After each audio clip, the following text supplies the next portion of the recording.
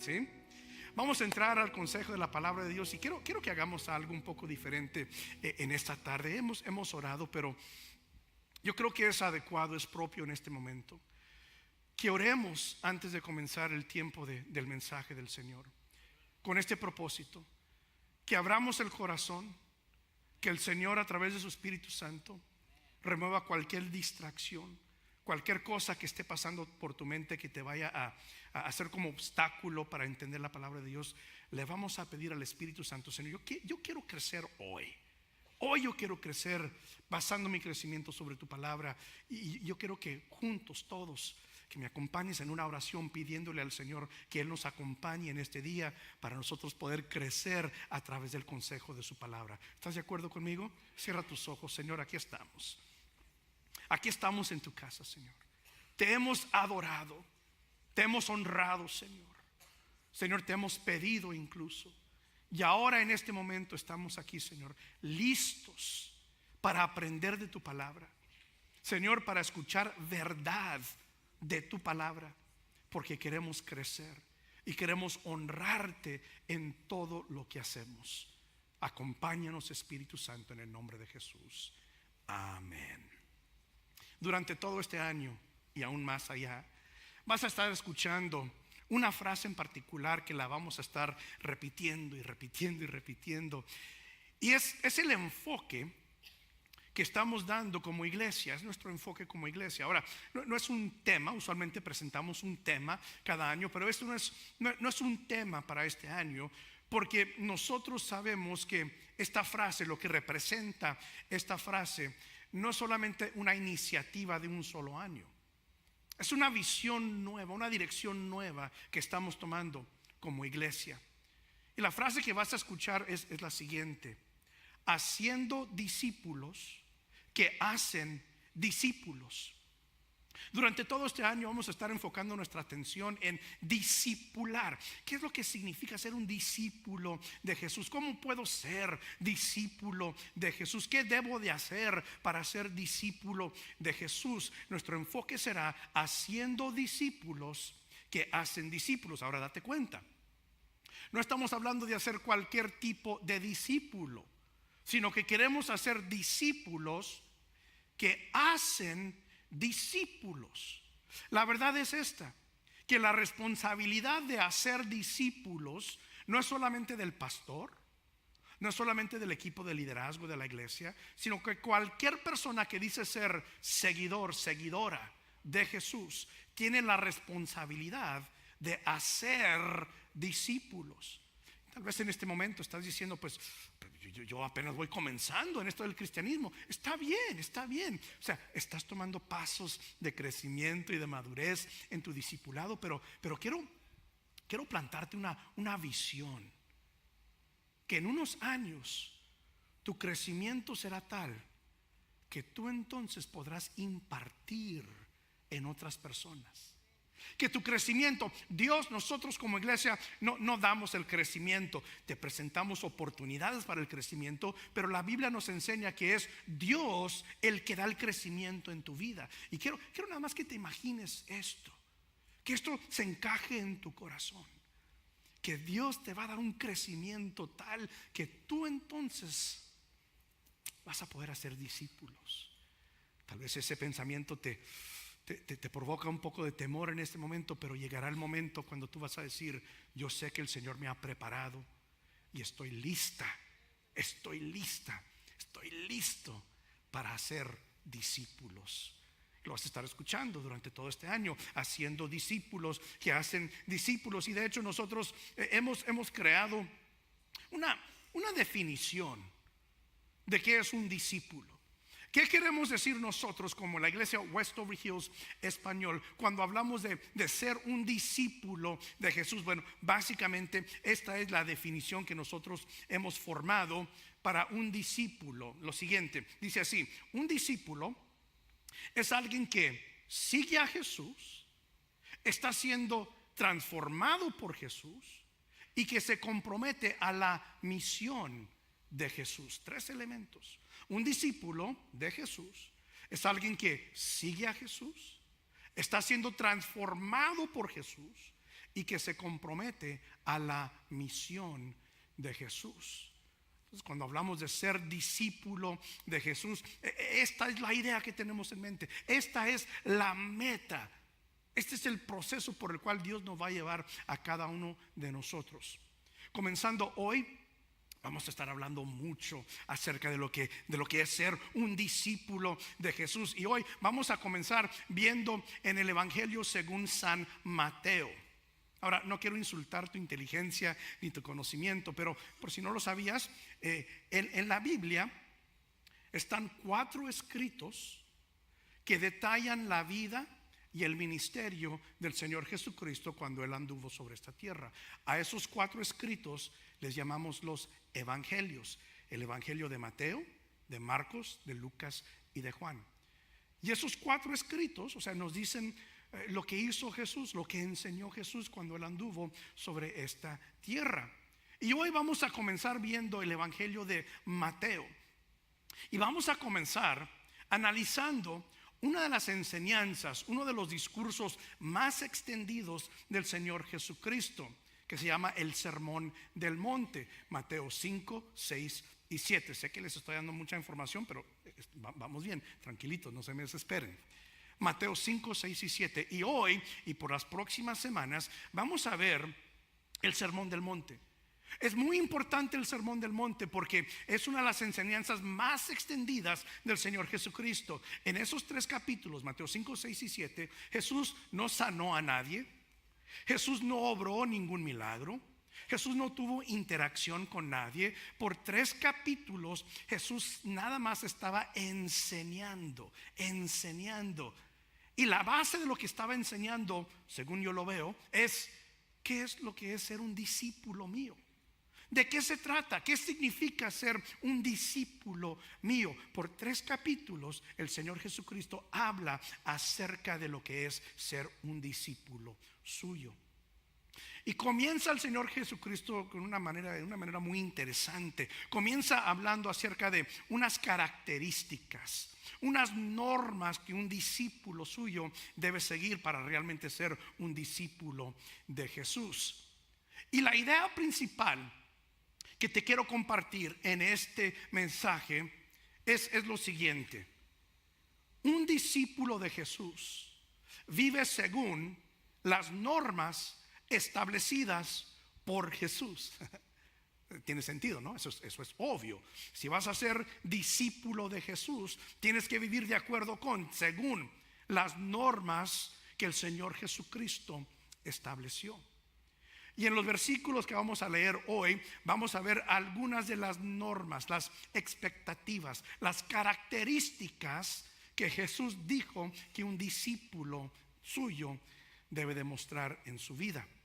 Ahora, son 8 características, Mateo 5 del 3 al 10. Y lo que vamos a hacer es hoy, nada más vamos a ver 4 de las características, y la semana que entra vamos a ver las otras 4 características. Pero por este momento quiero que leamos Mateo 5 del 3 al 10 y después regresamos a las características individuales, ¿sí? Mateo 5 del 3 al 10. Así es como Jesucristo comienza su enseñanza del Sermón del Monte. Dice lo siguiente: dichosos los pobres en espíritu, porque el reino de los cielos les pertenece. Dichosos los que lloran, porque serán consolados.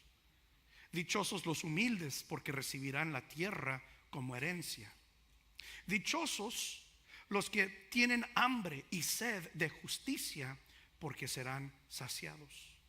Dichosos los compasivos, porque serán tratados con compasión. Dichosos los de corazón limpio, porque ellos verán a Dios. Dichosos los que trabajan por la paz, porque serán llamados hijos de Dios. Dichosos los perseguidos por causa de la justicia, porque el reino de los cielos les pertenece. Ahora, el Señor Jesucristo, al hablar acerca de estas normas, estas características de un discípulo, usó la palabra dichosos. En otras versiones dice bienaventurados, bendecidos, alegres. La idea es que tú tienes el sello de aprobación de Dios sobre tu vida cuando tú demuestras estas características como discípulo de Jesús. Eso es lo que significa ser dichoso, bienaventurado, bendecido. Llevas en tu vida el sello de aprobación y de bendición de Dios cuando tú demuestras, exhibes estas características como discípulo de Jesús. Ahora veamos las primeras 4 características. Y ten esto en mente, que Jesús espera esto de sus discípulos.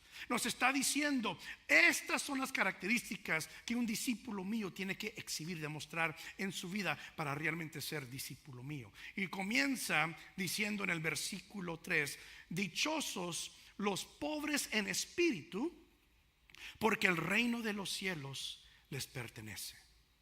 Ahora, cuando el Señor Jesucristo dice pobres en espíritu, no está hablando de una persona que le falta valor, que carece de valor en su vida. No es lo que significa ser pobre en espíritu. El Señor Jesucristo no está hablando de alguien que es debilucho.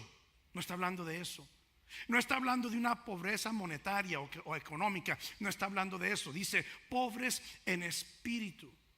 Y a lo que se está refiriendo el Señor Jesucristo, mucho de lo que Él dijo en esta enseñanza tiene su referencia en el Antiguo Testamento. Y el Señor Jesucristo, al decir pobres en espíritu, está hablando de aquellos que reconocen que tienen una bancarrota espiritual, digamos, que reconocen que en sus propias habilidades no hay nada que pueden hacer para merecer el perdón, la gracia, la misericordia de Dios. Hay un reconocimiento de que sin Dios soy pobre. Mi espíritu es pobre. Mi espíritu se marchita, se va a debilitar mi espíritu si yo estoy lejos de Dios. Pobre en espíritu. Es como dijo el profeta Isaías, que Dios se acerca al contrito, el humillado, contrito del corazón, humillado, una persona que reconoce que yo no soy nadie, yo soy nadie y necesito a Dios para mi diario vivir. Necesito a Dios. Si yo voy a crecer espiritualmente, no es porque yo le di muchas ganas, no es porque soy muy inteligente, no es porque yo hice todos los requisitos. No, la única razón por la cual yo veo crecimiento en mi vida es porque Dios me da crecimiento en mi vida. Es reconocer esa pobreza de espíritu, es reconocer una dependencia total en Dios, que no hay ninguna área de mi vida que no requiere de la ayuda de Dios, especialmente el ámbito espiritual de mi vida. Si yo voy a avanzar, si yo voy a tener éxito y crecimiento en mi vida espiritual, necesito a Dios. Necesito a Dios. No hay otra manera. ¿Sabes? Y no tienes que levantar la mano, y mucho menos no le des un codo a tu vecino. Pero ¿cuántos batallan para orar? ¿Cuántas veces te levantas, madrugas y dices voy a orar? Y vas y te arrodillas ahí en tu lugar favorito, y el sueño que acabaste de dejar, o sea, el episodio continúa cuando comienzas a orar. O sea, te quedas dormido. Es difícil, hay veces que es difícil. ¿Cuántas veces abres tu Biblia y comienzas a leer tu Biblia y dices a ver qué pusieron en el Facebook? O acabo de ver este versículo con una imagen bien padre. Yo creo que es Dios que me dirigió a este versículo para que fuera a ver esa imagen en Facebook, para que me ministrara a mí. O sea, batallamos. Crecer espiritualmente, hacer las cosas que sabemos que nos van a dar un crecimiento espiritual, batallamos. Es esa naturaleza humana, esa naturaleza pecaminosa que siempre nos está deteniendo, que no nos permite avanzar. Pero al reconocer que somos pobres en espíritu, estamos diciendo: Dios, te necesito aún para poder orar, para enfocar mi atención en leer la Biblia, para cualquier cosa, para un ayuno. Dios, yo necesito de tu ayuda porque soy pobre en espíritu. Y la recompensa de ser pobre en espíritu de demostrar esta característica, dijo el Señor Jesucristo: dichosos los pobres en espíritu. ¿Por qué? Porque el reino de los cielos les pertenece. Cuando tú tienes ese deseo y reconoces que en tus propias fuerzas no son suficientes, dependes de Dios, y Dios entonces te encamina, te lleva por un camino que resulta en la vida eterna. El reino de los cielos te pertenece. Jesús dice: si quieres ser mi discípulo, dichosos, bienaventurados, primero, antes de cualquier otra cosa, reconoce que necesitas a Dios. Reconoce tu dependencia total de Dios. Pobres en espíritu, discípulos de Jesús, vivimos reconociendo nuestra dependencia total de Dios. Enseguida, la segunda característica que me enseñó el Señor Jesucristo, dijo: dichosos los que lloran, porque serán consolados. Yo creo que algunos están diciendo: pues yo soy bien chillón, dichoso seré yo. Yo lloro por cualquier cosa. Yo lloro cuando veo los comerciales de esos perritos que están ahí. Quieres adoptar un perro y estás a chille, chille, chille, ¿verdad? Yo sí lloro cuando veo en el internet los videos de cuando regresan los soldados, ¿sí? Y a veces de sorpresa, que llegan con sus familiares o con sus niños y qué gran sorpresa. Yo lloro, yo chillo, no lloro, chillo, o sea, chillo, Pero cuando el Señor Jesucristo dijo: dichosos los que lloran, no está hablando de ese sentido de llorar. Ahora, por supuesto, el Señor Jesucristo no elaboró. Hay diferentes maneras que pudiéramos interpretar dichosos los que lloran, pero yo lo veo de esta manera, tomando en contexto y tomando en cuenta todo lo que el Señor Jesucristo enseñó y lo que enseña el Antiguo Testamento. Yo digo que lo que Jesús estaba diciendo aquí es lo siguiente: dichosos los que lloran, ¿sí? Y lo que causa ese lloro y ese dolor, pues cuando ven las consecuencias del pecado alrededor del mundo, cuando ven el desastre que el pecado está causando en este mundo, tanto el pecado personal de ellos mismos como el pecado a nivel de la sociedad. Cuando ven lo que está pasando en este mundo como consecuencia del pecado, lloran. Es un dolor en el corazón ver lo que está pasando en el mundo, porque los dichosos, los que lloran, se dan cuenta que lo que está pasando en la vida son consecuencias del pecado. Son resultados de un mundo, una raza humana caída, lejos de Dios. No sé si te diste cuenta, pero en estas últimas semanas, el gobernador del estado de Nueva York firmó una ley, permitiendo el aborto hasta el momento de nacimiento. O sea, no en el primer trimestre, no en el 8º mes, sino que al momento que el niño está a punto de nacer, se permite el aborto. Virginia está atravesando esa misma trayectoria, que se permite el aborto hasta el momento del nacimiento. Dichosos los que lloran cuando ven esa injusticia, cuando ven ese pecado, esa consecuencia del pecado, y no nos quedamos apatéticos, sino que lloramos y gemimos y decimos: Dios, esto no puede ser. El pecado tanto ha agarrado a esta sociedad en sus garras que ahora estamos permitiendo homicidio de bebés. Lloramos, vemos las consecuencias del pecado, y el Señor Jesucristo está diciendo: si a ti te afecta, es un dolor que provoca en tu corazón, lloras. Dichoso eres cuando ves todo lo que está pasando en la sociedad, todo el pecado y las consecuencias tan negativas por el pecado, y eso te rompe, te quebranta el corazón, y dices: Dios, esto no puede ser. El Señor Jesucristo dice: dichosos los que lloran. ¿Sabe? Y no solamente es por los pecados que ves en toda la sociedad, sino que también te examinas. Te das cuenta que hay pecado en tu vida. Te das cuenta que tú no eres perfecto, que tú tienes tus errores y tus pecados. Y cuando te das cuenta de eso, lloras y dices: Señor, el pecado me tiene atado. O sea, el pecado, no puedo deshacerme de este pecado, de este vicio. Y lloro, Señor, por las consecuencias del pecado. Dichosos los que lloran, los que ven la destrucción que está causando el pecado sobre este mundo y lloran. Y el Señor Jesucristo dice: bueno, serán consolados. Y nuestra esperanza es que es Dios mismo el que nos va a consolar. Es Dios mismo el que va a decir: yo veo, yo sé, yo estoy muy consciente de todo lo que estoy pasando, pero ¿sabes qué? Yo voy a rescatar y redimir a esta humanidad. Yo tengo un plan para toda la humanidad. Y yo te veo llorando.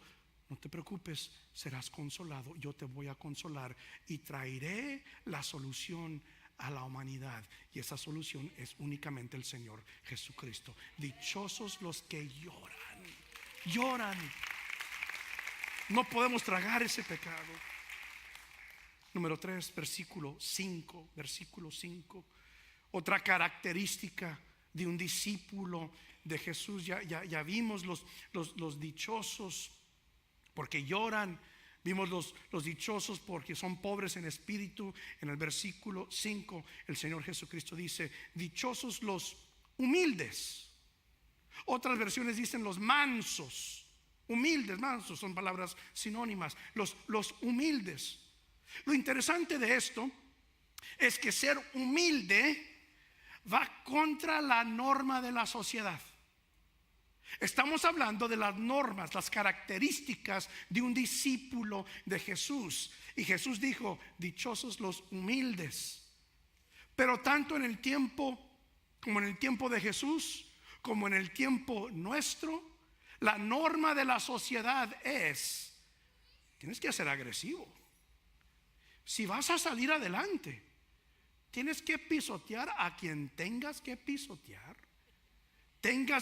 Tienes que vigilar por el número 1. No te preocupes por los demás. Tienes que ascender la escalera del éxito. Y si tienes que arrojar a unos de la escalera, hazlo. Porque al fin de todo, tienes que cuidarte a ti mismo.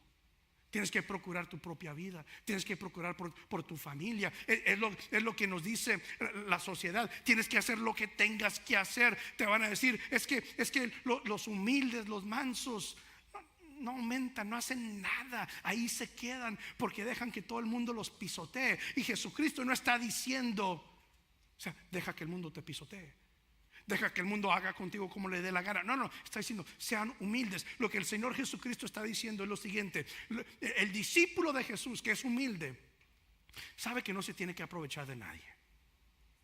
¿Sabes por qué? Porque su confianza está en Dios. Y sabe que su crecimiento, su éxito está en Dios. No en ser agresivo, no en pisotear a todo el mundo. Saben que toda su vida, los planes que Dios tiene para tu vida están en las manos de Dios. No es la suerte, no es el destino. No. Es Dios el que tiene todos tus días escritos en su libro. Es Dios el que va llevando tu camino. Es Dios. Y te das cuenta, yo no tengo que aprovecharme de nadie. Yo no tengo que pisotear a nadie. Yo puedo ser humilde porque sé que es Dios el que me da mi crecimiento y el que me ayuda a avanzar. Ser humilde también implica otras cosas. Por ejemplo, te hago una pregunta: ¿cómo respondes cuando alguien te trata de corregir? A ver, levántenla. No se crean. ¿Cuál es tu reacción cuando alguien te trata de corregir? Cuando alguien te trata de decir: quisiera comentarte algo, quisiera llamar tu atención a un detallito. ¿Cuál es tu reacción? Pues yo ya tengo años de estar en la iglesia. ¿Quién eres tú para decir: eso no es ser humilde? Puedes decir, me equivoqué, perdóname. ¿Sabes que hay algunos que batallan en admitir cuando se equivocaron? O sea, ahí está la evidencia enfrente de ellos. Nadie puede negar que se equivocaron, y aún así encuentran manera de acomodar y de decir, y al fin de todo, todos los demás se equivocaron menos yo. Y decir, perdóname, nada más cuando dices, perdóname, pero estás equivocado. Es la única vez que dices, perdóname. Jesucristo dijo, si vas a ser discípulo, tienes que ser humilde. Reconoce que tu crecimiento, tu éxito viene de parte de Dios, y cuando alguien te tenga que corregir, acéptalo. Acéptalo. Mira, ninguno de nosotros hemos aprendido todo lo que hay que aprender. Nadie. Ninguno de nosotros hemos crecido todo lo que hay que crecer. ¿Sabe lo que eso quiere decir? Que hay mucho crecimiento por delante de cada uno de nosotros. Yo me quedé impactado. Les he comentado esto en otras ocasiones. Cuando yo estaba en el seminario preparándome para el ministerio, yo trabajaba para uno de los profesores del seminario, un hombre muy inteligente, por supuesto. Y enseguida de nuestra oficina estaba otro profesor. En aquel entonces, que hace ya unos 20 años aproximadamente, ese señor, ese profesor, tenía 92 años de edad. 92 años de edad. Un hombre, o sea, erudito. Había estudiado en las mejores universidades, Harvard. Había enseñado o dado seminarios en lugares como Inglaterra, Oxford, Cambridge, o sea, lugares prestigiosos. Un día me lo topé en los pasillos. Un hombre humilde, un hombre, o sea, muy buena onda. Y comenzamos a platicar un poquito. Y luego me comentaba algo. Oye, tengo entendido que el profesor por quien estás trabajando tú está escribiendo un libro sobre el Islam, la religión de Islam. Dije, sí, es cierto. Y me dice, oye, ¿crees que me puedas dar una copia del libro? Dijo, con mucho gusto, por supuesto que sí. Y se detiene el varón, 92 años. Había enseñado ya, o sea, yo le calculo mínimo de 70 años de estar enseñando en un seminario. Yo creo que se le había olvidado más cosas de lo que yo había aprendido, ¿sí? Y se detiene el anciano y me dice, todavía hay mucho que aprender, ¿verdad? Y yo en ese momento, o sea, yo me sentía súper orgulloso porque yo estaba sacando mi maestría. ¡Wow! Era mi primer año de mi maestría, ya lo sabía todo. Y este hombre de 92 años me dice, todavía hay mucho que aprender, ¿verdad? Claro que sí, profesor, claro. Todavía hay mucho que aprender. Y con un espíritu, un corazón humilde, como un discípulo de Jesús, vas a aprender mucho. Pero si siempre tienes la defensa, siempre tienes muros que nunca le dejas a nadie corregirte, nunca vas a avanzar, nunca vas a crecer. Dichosos los humildes, y la recompensa, dice el Señor Jesucristo, recibirán la tierra como herencia. Fíjate bien lo que significa eso. Todo el mundo se esmera, se aprovecha de otros, pisotean a los demás. ¿Para qué? Para obtener al mundo el éxito. Y el Señor dice, no, los humildes yo les voy a entregar lo que todos los demás quieren alcanzar y obtener a través de aprovecharse, a través de pisotear. No, yo se lo voy a entregar a los humildes. La tierra es de ellos. Un discípulo de Jesús a diario exhibe la característica, vive según esta norma: humildad, ser humilde. La cuarta característica, como digo, la semana que entra vamos a ver las otras 4 características. El versículo 6 dice lo siguiente: dichosos los que tienen hambre y sed de justicia, porque serán saciados. Hambre y sed de justicia. Y lo que yo interpreto de de esta bienaventuranza, de este dicho del Señor Jesucristo, es que tener hambre y sed de justicia quiere decir que uno desea ver los estándares y las normas de Dios que se establezcan en su propia vida.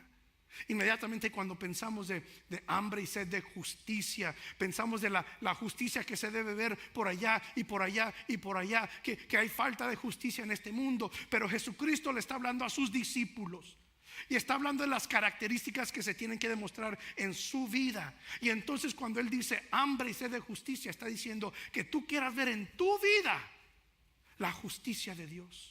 Obedecer los mandatos, las ordenanzas de Dios en cada área de tu vida es tener hambre y sed de justicia. Dios, yo no estoy contento, yo no estoy satisfecho hasta que en cada área de mi vida yo me he entregado a ti, yo me he rendido a ti. Que cada área de mi vida, desde mi matrimonio a mi trabajo, con mis hijos, mi interacción con ellos, cómo me comporto con los vecinos, en mis finanzas, yo quiero justicia, yo quiero obedecerte en cada ámbito de mi vida. Hambre y sed de justicia es tener este único deseo de tener una relación de obediencia a Dios. Que Dios lo dice y que tú obedeces. Es hambre y sed de justicia. Dios, yo quiero estar tan sintonizado a tu voz. Yo quiero estar que mi oído esté tan afinado a tu voz, que en cuanto tú digas algo, esa hambre y sed de justicia que yo tengo, de obedecerte y seguir tus caminos en cada área de mi vida, sin yo tener que pensarla, sin yo tener que debatir conmigo mismo, yo digo, lo haré.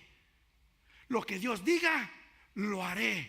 Que la justicia de Dios se manifieste en mi vida a través de mi obediencia a Él. Es ser discípulo de Jesús, exhibir esta característica. Y el Señor dice, serán saciados.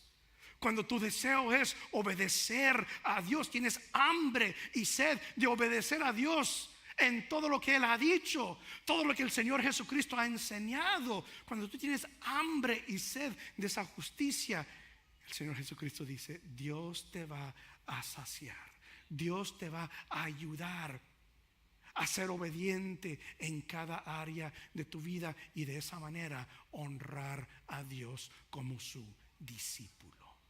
El Señor Jesucristo comienza esta gran enseñanza del Sermón del Monte hablando acerca de las características de un discípulo, hablando acerca de las expectativas, las normas que sus discípulos deben seguir. Y reitero que un discípulo de Jesús sigue a Jesús.